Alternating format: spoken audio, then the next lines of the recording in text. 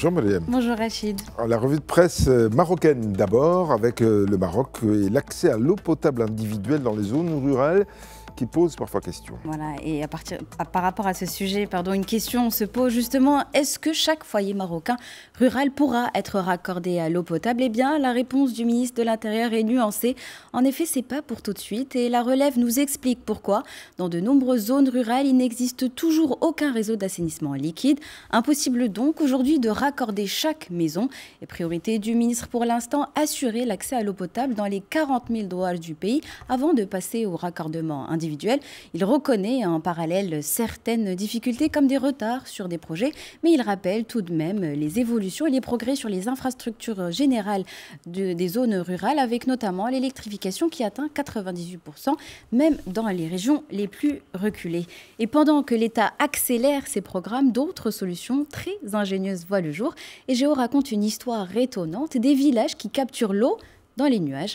À Sidi Ifni, où il n'a plus plu depuis 4 ans, des filets installés à 1225 mètres d'altitude attrapent la brume atlantique. Les gouttelettes se condensent, coulent et s'accumulent. Résultat, jusqu'à 37 000 litres d'eau récoltés chaque jour et un réseau de 42 km de canalisation alimente désormais 16 villages. Avant, il fallait 4 heures d'aller-retour pour ramener à peine 60 litres d'eau. Aujourd'hui, l'eau coule au robinet. Certes, elle est payante, un prix symbolique pour préserver la ressource, mais au moins l'eau existe. Et au-delà de ces initiatives locales, le Maroc regarde aussi vers l'étranger pour renforcer sa sécurité hydrique. Selon Maroc 24, une délégation marocaine s'est rendue en Jordanie pour étudier l'un des projets hydriques majeurs de la région, le convoyeur national de l'eau, un système qui dessale l'eau de la mer Rouge et transporte cette eau dans l'ensemble du pays. Et la capacité impressionnante, 300 millions de mètres cubes par an. Cette coopération est d'ailleurs réciproque. Les Jordaniens étaient déjà venus au Maroc étudier les stations de dessalement. Et donc, dans un contexte de stress hydrique croissant, ce dialogue bilatéral permet de partager des solutions concrètes pour sécuriser l'accès à l'eau, et cela dans l'ensemble du pays. On va s'intéresser aux produits qui sont vendus en Afrique par les multinationales et se demander surtout si ces produits respectent les normes internationales. Et oui, une première question que je vais vous poser, Rachid, saviez-vous que les céréales pour enfants vendues en Afrique par Nestlé contiennent beaucoup plus de sucre que celles vendues en Europe? C'est l'alerte lancée par l'ONG suisse Public Eye, relayée par Reuters. Sur près de 100 produits analysés, 90% affichaient des quantités élevées de sucre ajouté. Nestlé dément, assurant respecter les normes internationales.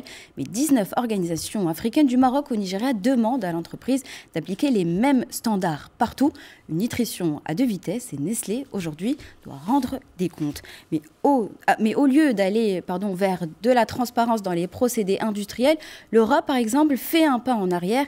RFI nous indique que la loi sur le devoir de vigilance adoptée en 2024, qui obligeait les multinationales opérant dans l'Union européenne à vérifier le respect des droits humains dans l'ensemble de leur chaîne de valeur, vient d'être vidée de sa substance sous la pression de la droite et de l'extrême droite au Parlement européen.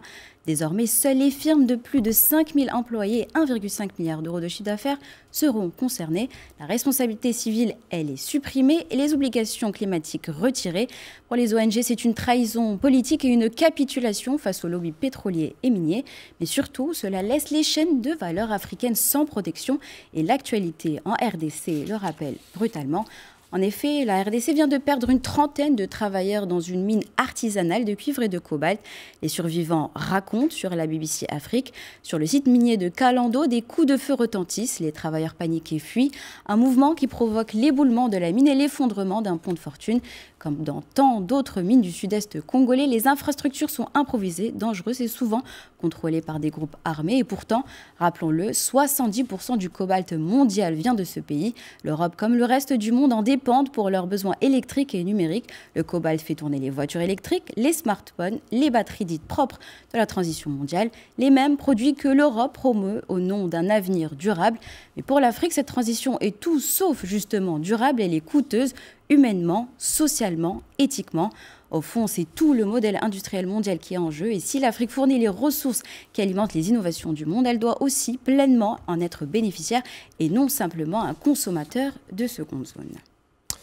Et on va se pencher à présent sur quelque chose qui nous a tous un peu pénalisés hier, c'est une panne mondial d'Internet. Oui, donc vous l'avez sûrement vécu comme moi, j'imagine. Oui. Hier, c'était une gigantesque panne mondiale Internet. Et Libération nous explique qu'à 12h48 précisément, le Cloudflare s'effondre, avec lui des milliers de sites Internet devenus inaccessibles. Et le Cloudflare, c'est quoi? C'est une sorte de bouclier qui permet aussi d'être accessible, sécurisé et rapide. Donc une paralysie numérique totale qui s'est étendue pendant plusieurs heures. Et ce qui frappe, ce n'est pas seulement la panne, c'est surtout la panique qu'elle a engendrée chez les utilisateurs d'Internet. Rafraîchir, redémarrer, vérifier sa box Internet, rien n'y fait. Cette panne nous rappelle à quel point notre vie numérique ne tient qu'à un fil, qu'un simple bug peut suffire à figer le monde. Mais pourquoi autant de panique alors qu'une nouvelle tendance devient de plus en plus populaire, la déconnexion numérique? Autrement dit, se couper du tsunami digital dans lequel nous sommes noyés quotidiennement. The Conversation montre d'ailleurs qu'en 2025, un Français sur 5 veut réduire son temps d'écran.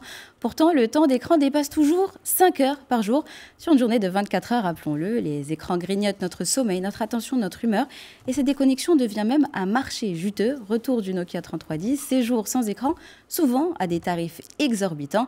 Pour la majorité, impossible néanmoins d'échapper à cette vague Internet. Démarches administratives, écoles, banques, tout y passe et une connexion, un écran deviennent essentiels. Ainsi, la panne d'hier nous force à regarder cette dépendance en face et les fragilités surtout auxquelles elle nous expose. Et quand tout s'arrête, une question revient, qu'est-ce qu'on fait maintenant? Lire, pourquoi pas? Mais lire est devenu difficile, presque un acte héroïque. Et comme le raconte la presse, média canadien, notre concentration a fondu, notre temps est morcelé et nos réflexes happé par les notifications.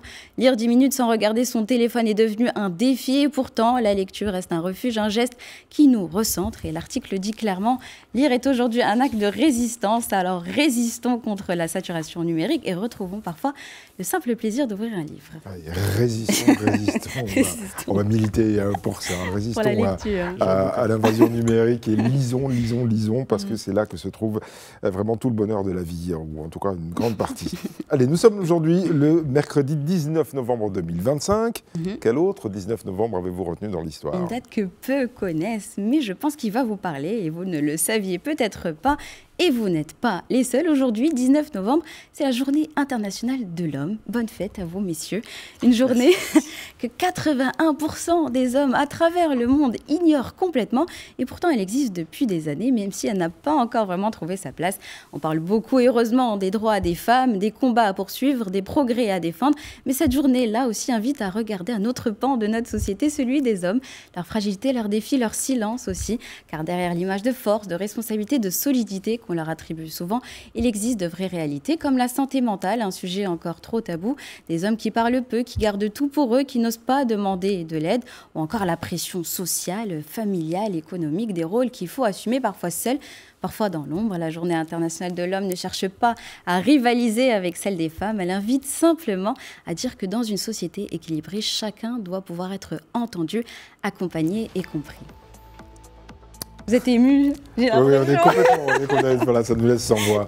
Merci beaucoup, Mariam Kokaïna.